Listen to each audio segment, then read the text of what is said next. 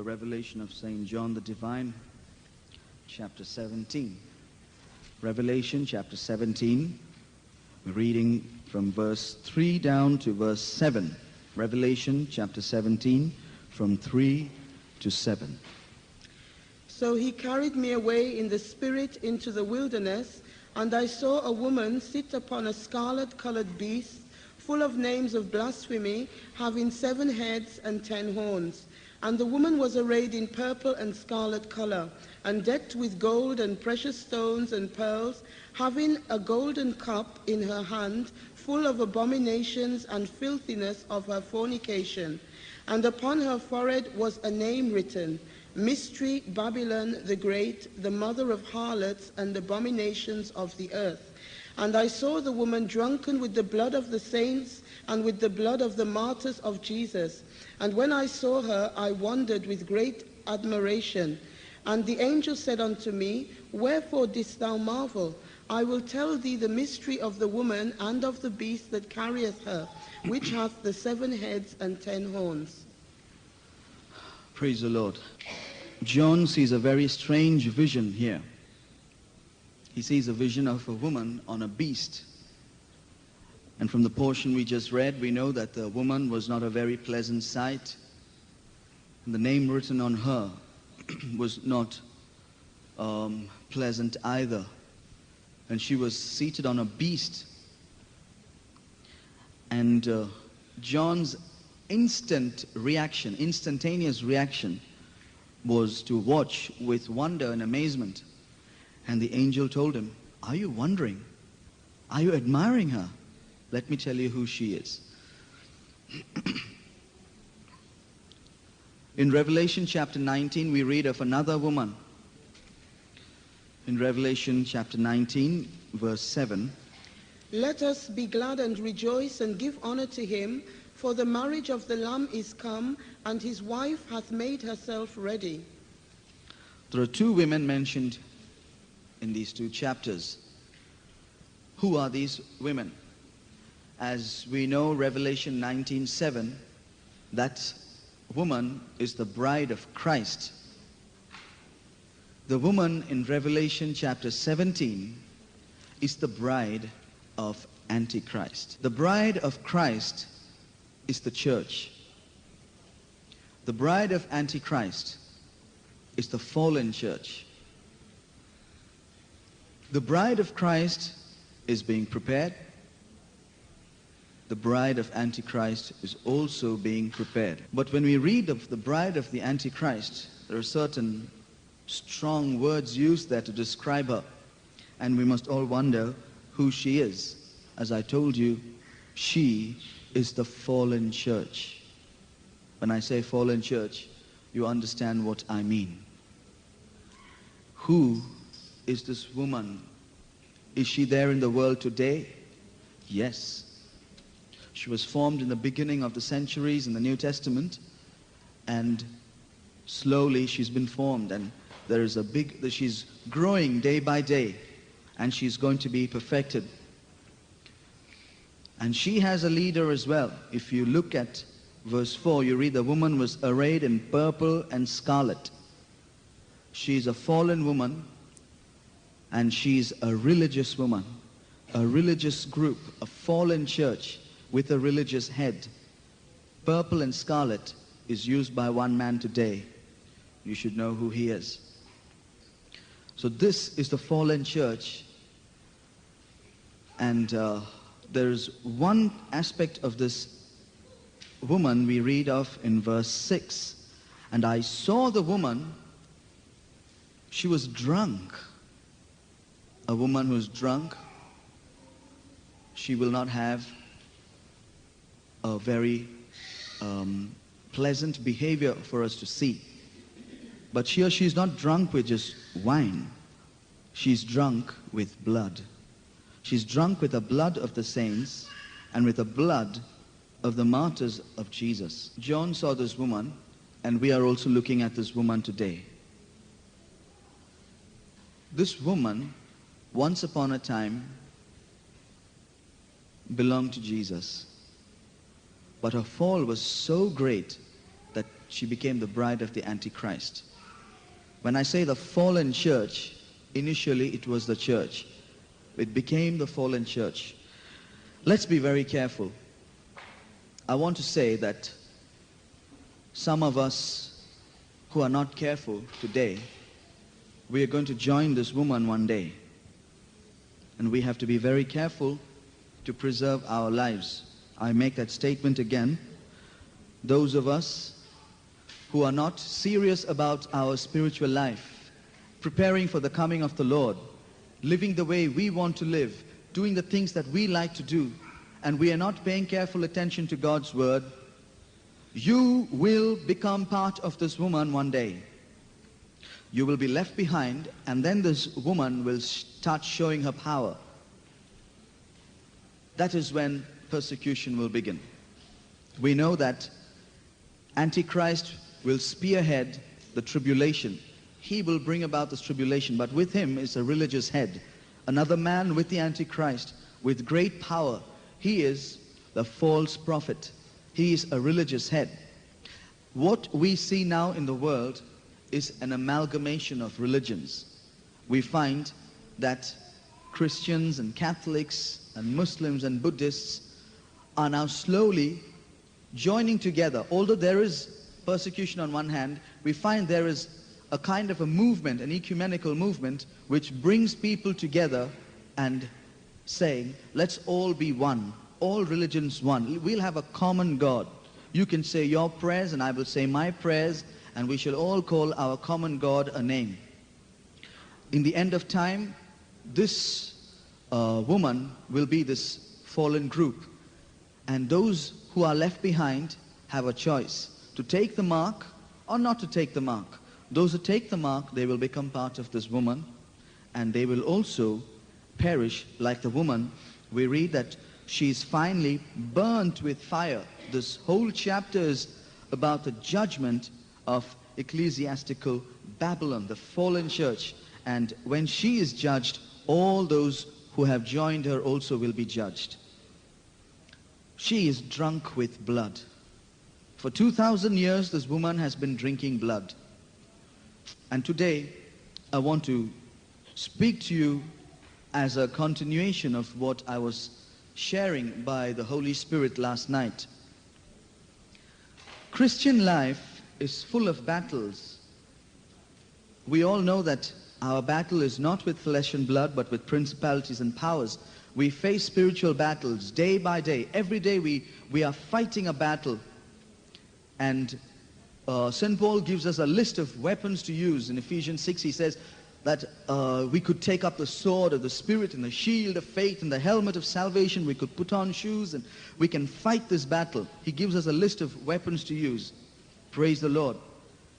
And he tells us our battles are not with flesh and blood. The weapons of our warfare are not carnal. Today I want to talk to you about our battle with flesh and blood, not with spirits, not with principalities and powers. I want to talk to you about the battle we are going to face with man, and the battle people are facing with man, the battle children of God are facing, the persecution children of God are facing. And I believe until now you have been under the impression that when people rise up to torment you and torture you and persecute you, you grit your teeth and you bear it. But today I'm going to preach to you another gospel. It's something else. And I believe it's about time we just stopped doing that, and it's about time we did something. I'm going to preach something else.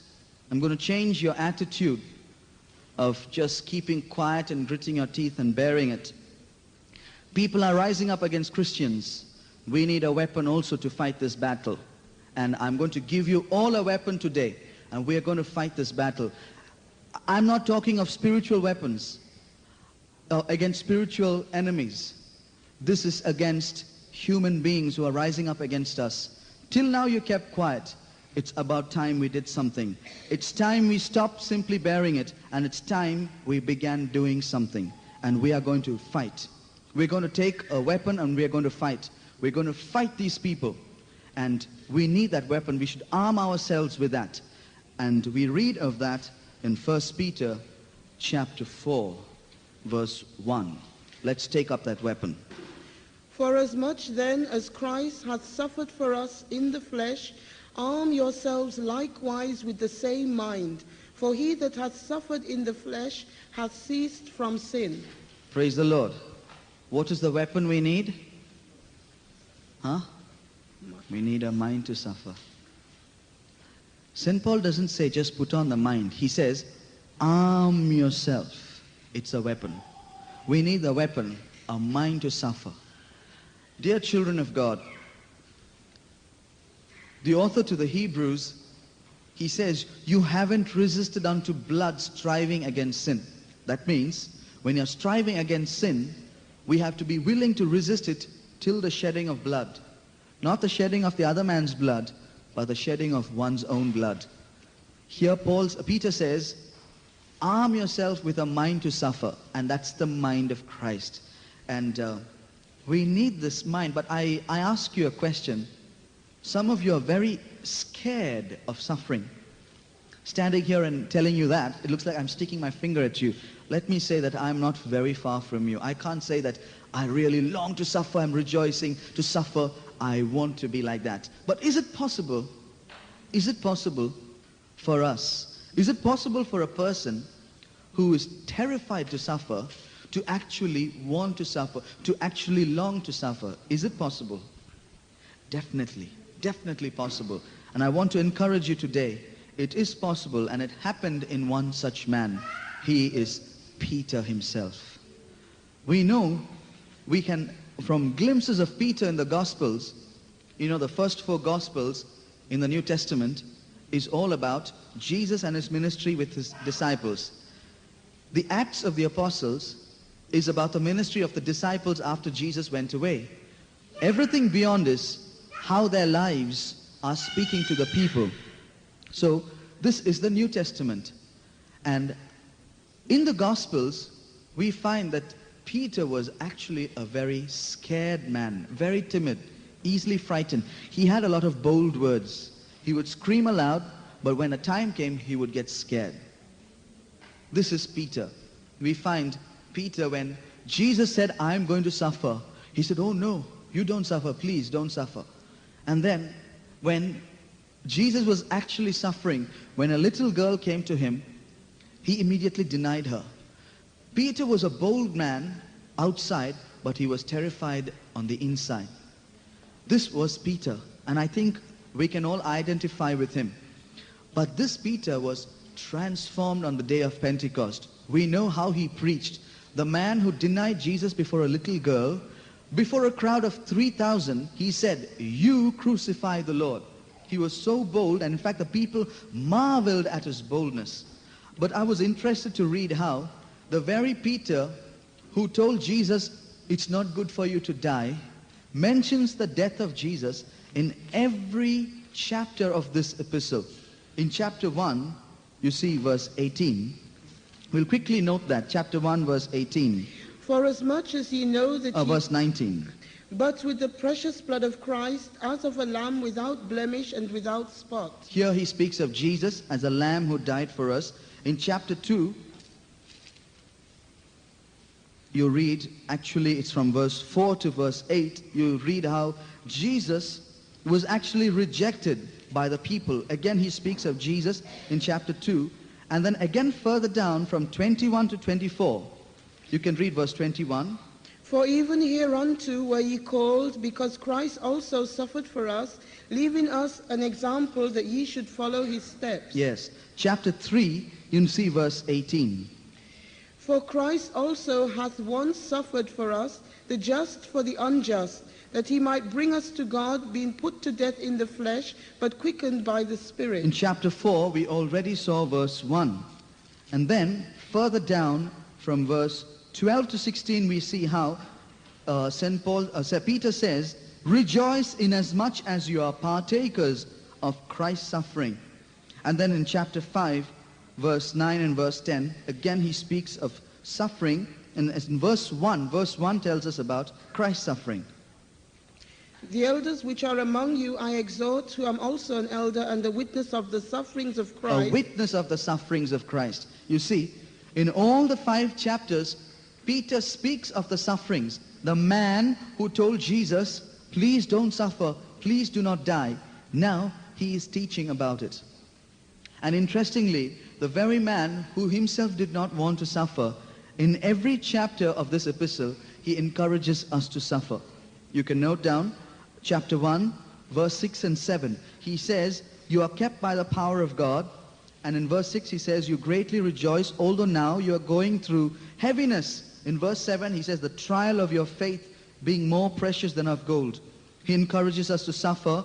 In chapter 2, from 19 to 21, he encourages us to suffer again. He says, if you suffer for your mistakes, there's no use in it. But if you are buffeted for something you do well and you take it patiently, that is accepted with God.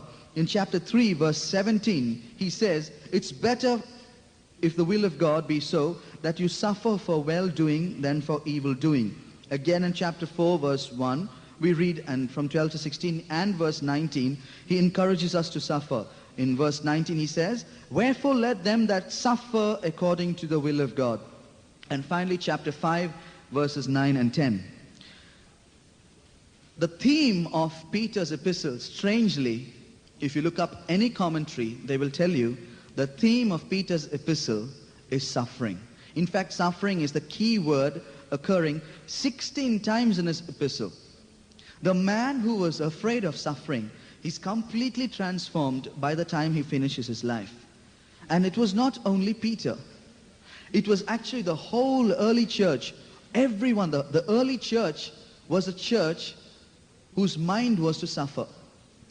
Arm yourself with that mind, Peter spoke.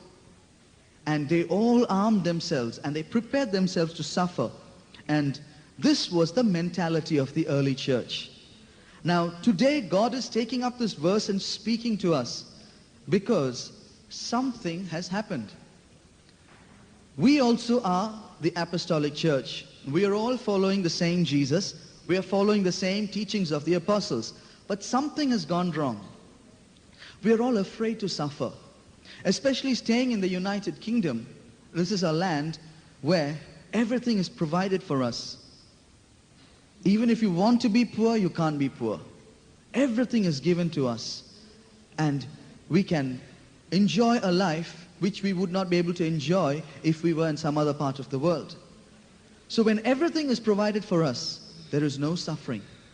We have food to eat, we have clothes to wear, we have houses to live in, we have our mode of transport, everything provided. And so we find that everything is comfortable. But we know that when everything gets comfortable, this mind is taken off. And instead, another mind is given to us. Opposite of suffering is loving pleasure. So this is the mind of the United Kingdom, a mind of pleasure. So staying in this place, it's very difficult to maintain the right mind. And today when I see the state of the church, something is radically different from the former church. The former church was, in every way the doctrine was the same, the teachings and the meetings were the same, but the mind was different. Their mind was, every day when they wake up, they don't expect to see the end of the day. Their mind is not in this world because they do not know if they'll say good night. They say good morning, but they're not sure if they can say good night.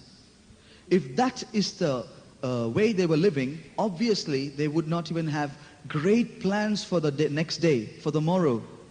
But instead their minds would be on life beyond death. And that is why they were a spiritual church. And what has happened today, we are completely different. Although we teach the same things, although we have the same doctrines, we have consecrated servants of God, we have to admit one truth, that mind to suffer has left the church. Why? What has happened? We actually have taken our eyes off the early church. It's a big mistake we have made. You know, an experiment was conducted with children. They were noticing that the handwriting of children was deteriorating very badly. And so an experiment was conducted and people were studying the way they were being taught. And they have these little writing books. I'm not sure if they use them in schools today. The sample writing in the first line was printed. Beautiful, cursive handwriting. And what's the child supposed to do? In the next line, he's supposed to write, following what's written above. And maybe 15 lines like that, he's supposed to keep writing. If you have noticed, you will find that the last line the child writes is quite different from the first line the child wrote. What would you say about the quality of the writing as it went down? It would be going down. When you come to the last line, the quality of the writing was quite different. So why did this happen? When they were studying it, then they realized. Do you know why it happens? The child has something programmed. Look above and write. So when the child writes the first time, he has only one sample. He looks just what's happened just above and he writes. By the time he comes to the 10th line, he's looking at what he wrote previously, trusting that what he wrote previously was what he copied from before. He's trusting that and he's writing. By the time he comes to the 15th line, he's copying the 14th line, which is pretty poor. So a change had to be made. Something else had to be done to improve the handwriting. So a suggestion was made and it worked. You know what that suggestion was? That sample writing printed on top, instead you print it in the bottom. So when the child writes, he's always working towards that and he's not working away from that. He's going closer and closer. And they found that as he went down, his handwriting was actually improving. When your eyes are taken off the original, you will find the quality goes down. And we know from the history of the church, in the time of Emperor Constantine, a terrible change took place in the church. Worldliness came into the church. And ever since we find step by step, quality has been going down. Today, we are in the 15th line, copying from the 14th line. You are looking at your fathers and mothers. I'm not sure if they were looking at their fathers and mothers and if that generation was actually following the former church. But thank God, He has given us the original in the Word. That is why we need to study the Word and study the mind of the early church. But today, I want to actually look into the lives of early Christians. And as we were hearing last night, it's a great privilege to be part of that group of early Christians who are chosen to suffer. You know, Moses chose to suffer, but actually Christ or God chose Moses to suffer. We should look at it that way. And to suffer for the Lord is a great privilege. We read the apostles were beaten and they rejoiced that they were counted worthy to suffer. We dread suffering, but the early church, they rejoiced at suffering. So you can see something radically has changed in our mind. When you know something has gone wrong, something has gone wrong in your car, you can very well pretend nothing has gone wrong and you can keep driving until something really, maybe the car explodes. If you're driving and all of a sudden you see smoke coming out of the steering wheel, what do? You just close your eyes and the smoke is gone. Or you can pull your car to the side and face the fact, yes, the car is smoking. If you think that something has gone wrong with your mind, your mentality, our mentality as Christians today, if something has gone wrong, we can just pull a cover over it, pull the wool over our eyes and pretend it's not there. Or we can face reality and then do what we can do. Dear child of God, if today God is not choosing us to suffer, we must be sad. If the apostles were rejoicing that they were chosen to suffer, what's the opposite of it? Feeling sad because we are not chosen to suffer. You know, I know that feeling. But if I don't have that feeling, something is wrong. Let me give you an example. Now, so take two brothers, say Brother Ruwan and I.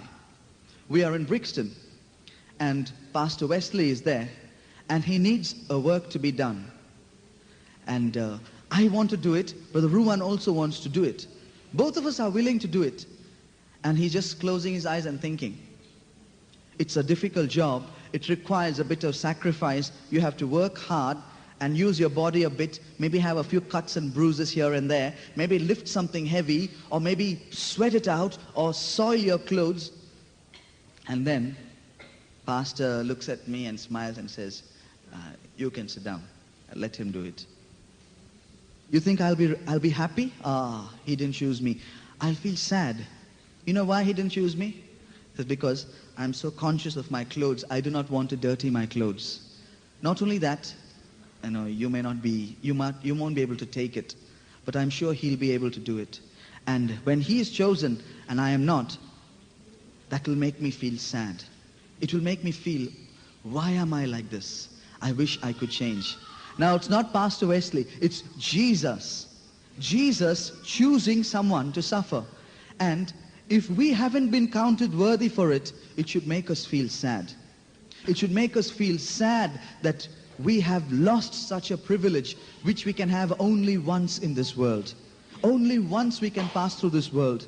So today, let us actually take our eyes off the church around us. Let us take our eyes off the people around us, and we're going to actually look into the early church. I want to talk to you about 10 persecutions which took place in the early church. 10 persecutions and how they suffered. And I want to tell you that these are the people who actually go to make the overcoming man-child. We know 3 qualities of the overcoming man-child. This man-child is what is caught up to New Jerusalem. We read of this man-child. They overcame the dragon by the blood of the Lamb. Secondly, by the word of their testimony. Thirdly, they did not love their lives unto the death. That means they were willing to lay down their lives. They not only said, follow you, I'm willing to lay down my life. They actually did it. These are the people who constitute this man-child. Let's not think we can worm our way somehow and become part of that elite group without moving a little finger to do anything for the Lord, to suffer for him in our flesh. Let's arm ourselves with that mind as we actually go into the suffering. The first martyr was Stephen. And as I read these things to you, as I mention these things, you must mentally actually go to that place and imagine it taking place. It's not just Stephen, it's brother Stephen, a member of the church. He's actually pulled out and the people are watching, and he's stoned with stones and he is killed. Brother Stephen was stoned to death. Years after that, in AD 70, Emperor Titus and his father Vespasian destroyed Jerusalem and all of Galilee, killing over 1 million Jews and selling the rest into slavery. The Jews were killed because they were God's children. Then I want to tell you something about the suffering during the apostolic times. All this is before the 10 persecutions. We know of the apostles of Christ and how they preached and how they taught. But do you know of the end of the apostles of Christ? What actually happened to them? 12 of them have gone to Zion. They are there. They preached, and all those to whom they preached, they've also finished their race and they've gone to Jerusalem. They've all gone to their place. But let's know how they went. James, the brother of John, he was beheaded in AD 36. When I said beheaded, remember, his head was taken off his body. Thomas, who preached to the Parthians, to the Medes, the Persians, the Carmanians, the Hyrcanians, the Bactrians, and the Magians, he was killed in Calamina when 5 horses pulled apart his body. You know, what I read is not going to be very pleasant for you, but I want us to face the truth. Instead of being so elite and so sophisticated and dignified that we'd rather stay in our cozy corner and find our way to heaven, let's actually take a glimpse into the early church and see what they went through. Simon, the brother of Jude and James the younger, was crucified in Egypt during the reign of the Roman Emperor Trajan. Simon the apostle, also called Zelotes, he preached in Mauritania, Africa, and Britain. He was also crucified. Mark, the first bishop of Alexandria, preached in Egypt. He was burnt and buried in a place called Bucolius during Trajan's reign. Bartholomew, is said to have preached in India and translated the Gospel of Matthew into their tongue. He was beaten, he was skinned alive, he was crucified, and finally, in Armenia, he was beheaded. Andrew, Peter's brother, was crucified and buried in Achaia. Matthew wrote his gospel to the Jews in the Hebrew tongue. After converting Ethiopia and all Egypt, he was killed with a spear. Philip was stoned and crucified in Hierapolis, Phrygia, and buried there with his daughter after years of preaching to the barbarous nations. James, the brother of the Lord, was thrown on a wall, hit on the head, and killed. Luke, the beloved physician, was cruelly hung. This is the end of the apostles of Christ and the great men of God of the former church. Further down, Christians were subjected to the cruelest treatment possible. They were whipped, they were disemboweled, they were torn apart, they were stoned, plates of hot iron laid on them, strangled, eaten by wild animals, and they were tossed on horns of bulls. Bodies were piled in heaps and left to rot without burial.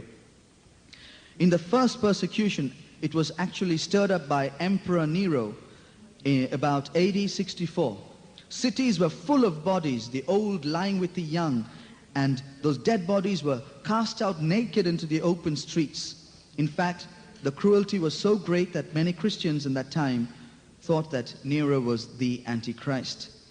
It was during his time that Peter, beloved Peter, of whom we have been studying, who was speaking to us today and telling us to have the mind to suffer, at the age of 75, Peter was crucified head down. St. Paul was beheaded. The second persecution was during the reign of Domitian in AD 51 to 96. He was the brother of Titus, the son of Vespasian. And it was during his time that John the Apostle, who wrote the Revelation, he was actually put in a pot of boiling oil. And because he didn't die, he was exiled to the Isle of Patmos. And only in AD 97, after Domitian's death, he was allowed to return to Ephesus. The third persecution was in the time, was also a time when thousands of Christians were being killed every day. Every day. You can imagine, go into that time and imagine life there. Every day, thousands of Christians being killed. How is it that they did not deny Jesus? How is it that they were not afraid and run away from Christianity? If this happened to us today, if 5 gunmen walked into this room today and said, next Sunday we are going to wait here. If any one of you steps in here, you will die. Would you come? Would you come? We would not, because our mind is not like that anymore. But here, thousands were being killed every day. Ignatius actually was next in line as bishop after Peter died. He was condemned to death because he professed Christ. He was thrown to the lions and he confessed, I am the wheat of Christ. I am going to be ground with the teeth of wild beasts, and then I will be found pure bread. The fourth persecution, AD 161, under Marcus Aurelius, it was at this time that there was an 86-year-old man. He was a saint and his name was Polycarp. He was the venerable bishop of Smyrna, and he was one to be martyred. One day he had a dream. He dreamt that his pillow caught fire while he was sleeping. When he woke up, he told everyone, I am going to be burnt for the sake of Christ. He was 86 years old. One evening, his captors arrived. When they arrived, he ordered a meal for them and asked them, can you please give me 1 hour? I want to pray. He went and prayed, and after that he was put on an ass and taken to the city. As he entered the stadium, many heard the voice, be strong, Polycarp, and play the man. Before the tribunal and before the crowd, who were crying out saying, deny Christ, Polycarp refused. The proconsul begged him to have pity on himself, considering his age. They said, you're an old man, don't go through this. And he said, 86 years have I served him, and he never once did me wrong. How can I blaspheme my king who saved me? He was threatened with wild beasts and fire, and he replied, what are you waiting for? Do whatever you please. The crowd began demanding his death. He was placed on a stake, As soon as he finished praying, the fire was lit. It leaped all around him, leaving him unburned. Pushed by the people, a soldier finally plunged a sword into the old man. The blood gushed out so much, it extinguished the fire. Then they placed the body in the fire and burnt him to ashes. The fifth persecution in AD 200, fire, sword, wild beasts, imprisonment were resorted to again. Dead bodies of Christians were stolen from graves and mutilated. At this time, there was a woman, Perpetua. She was 26 years old, the mother of a baby, and she was a saint who was persecuted. Even her own father pleaded with her and said, "Look at me, spare the gray hairs of your father." But she stood firm. Later, she and Felicitas, another young woman, were taken to the arena. They were publicly shamed. Then a bull was let loose on them. When the bull refused to kill them, the crowd was disappointed. Finally, gladiators were called in to finish them. The sixth persecution was during the time of Emperor Maximinius, and it began in AD 235. During this time, Christians were scourged and put to death. Some were beheaded and their heads were fastened on city gates. A Christian minister was dragged through the streets and thrown into the Tiber River and forced to drown. Families were barbarously tortured and put to death. One was tied to a wild horse and dragged through the fields till he died. An old Christian was beaten with clubs, pricked with sharp reeds, and stoned to death. A Christian woman was dragged over sharp flint stones, scourged with whips, and finally stoned to death. Apollonia, a 70-year-old woman, was fastened to a stake and she was lit. When she begged to be released, they took pity on her because of her advanced years, realizing she was about to deny Christ. When they untied her, to their amazement, she leaped into the fires and she died. The seventh persecution was in AD 249 under Emperor Decius. Burning, beheading, and sealing up in caves alive to starve to death were the methods of torture employed. The eighth persecution was in AD 257 under Emperor Valerian. And at this time, Stephen, the Bishop of Rome, was beheaded. Saturnius, the Bishop of Toulouse, was fastened by the feet to the tail of a wild bull and driven down the steps of a temple. His head opened and his brains fell out. Lawrence in Rome was the distributor of the church's riches. They came and told him, "Lawrence, hand over all that the church possesses." He said, "Give me 3 days, I need to gather the church's riches." And he gathered a group of poor Christians and told the authorities, "These are the treasures of the church." Because of this, he was whipped, he was beaten, tied to burning hot plates of iron, and roasted alive. The ninth persecution under Emperor Aurelian, beheading was primarily used. And finally, the 10th persecution was in AD 303. Further, there were persecutions under Julian, by the Goths, by the Vandals, the Spanish Inquisition, and a terrible engine of tyranny led by the Pope resulted in 31,912 Christians being burnt alive. Until today, this persecution is continuing. Christians are still being burnt and cut into pieces. In more recent times, things have occurred. Richard Wurmbrand, if you read his book, if you read the book of Vanya and Popov, you will find how people were put in prison. In prison, they were put in different rooms and they could not speak to one another. And even being in prison, instead of complaining about their suffering, they were burdened about other prisoners who did not know Christ and they wanted to share the gospel. Somehow a Bible was smuggled in. The Bible was hidden, picked out page by page and distributed secretly. And they were memorizing books after books, not verse after verse. And when they memorized this, they found that there were prisoners to whom they could not meet or give because they were being watched. So finally they decided. They tapped the walls and they found that the other prisoners could hear the tapping. So when they came together for meals, they worked out a code.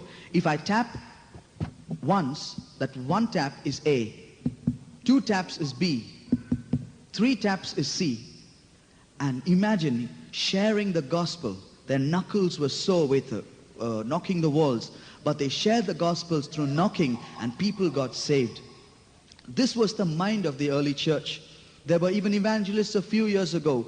One man, he went into a tribal country And both he and his wife, who was pregnant 7 months, both of them had a burden for this tribal nation. And there was actually a tribe living right on top. And they said, we must go up this mountain and go and meet them and give Christ to them. And they were walking up the mountain. As they were walking, suddenly there was a twang. And the wife fell down. He found an arrow had hit her chest. It was a poisoned arrow. And he just did not know what to do. He dragged her up and he took her and he found a settlement there. And when he saw a group of people there, he looked at them, not knowing if they were the ones who shot his wife. When he looked at them, they realized he was in trouble and they beckoned him to come. So he went there and he pointed, and he just, using gestures, he told them that he was going to fetch help. So he left his wife there in a room and covered her with a sheet, and he went all the way and brought a doctor to help. When he went and he came back, he was coming to the room, a little girl was there, and she looked at him, and when he was trying to get into that place, she was saying, no, no. But then he said, I want to see my wife. He pulled the curtain apart. She was still there, thankfully, sleeping there under the sheet. And he looked around and he sensed this girl was trying to tell him something he couldn't understand. Finally, the people of the tribe, they brought him a bowl of soup. It was a meat soup, and they were asking him to drink it or eat it. So every time he went to eat it, she was saying, no, no. And he couldn't understand why. But then the doctor said, shall we go and have a look at your wife? So he said, okay, we'll go. He went, he pulled the sheet apart to find that only her head was on the pillow. The rest of her was in that soup. And what was his reaction? He said, God, if there is a group of people in this world who are so barbarous, they could do this to me. Lord, I want them to know you. He stayed there despite what happened. 800 people were saved there. This is the mind of Christians throughout history. But coming back to where we are, what is our state today? Now, I'm not saying therefore we have to be stoned, we should go and seek people to kill us and therefore go and do something foolish. I'm just telling you that mind to suffer has left the church. Let us really seek the Lord. St. Paul says, arm yourself with a mind to suffer. Remember all that list I read to you. They're all going to the same place where we are going. Will we dare to somehow stand there? You'll see all around you people who died for Jesus, people who suffered for him. And we can't just stand there the way we are. Shall we stand? We are in the presence of God, and the Lord has been speaking to us. Christians are still suffering. Christians are still being persecuted. We do not know if anything will happen in the future in the UK, but it very well can. But let us have this mind to suffer now. When everything is well, let us not relax and forget him. Let us put on the mind to suffer. Jesus is speaking to us. Those who choose not to suffer, you can escape this suffering. But a greater suffering awaits you after the coming of the Lord. If you choose not to suffer, again then, you can take the mark and escape that suffering. But then for all eternity, you will suffer in the lake of fire. Oh, dear child of God, make your calling and election sure. Arm yourself with a mind to suffer. I am sure that this message has troubled many of us, but that was the intention. It has troubled me, and I'm sure it has troubled you. It has not left you with a pleasant feeling inside. You may not enjoy your lunch today. Praise God. That was the intention. I want us to be disturbed. I want us to come to the realization that our mind has to change. Let's arm ourselves with a mind to suffer, and let's tell the Lord, Lord, please change my way of thinking. Change my mentality. Dear child of God, you may never get to suffer at the end of it, but if you cannot go to heaven without that mind, you may never...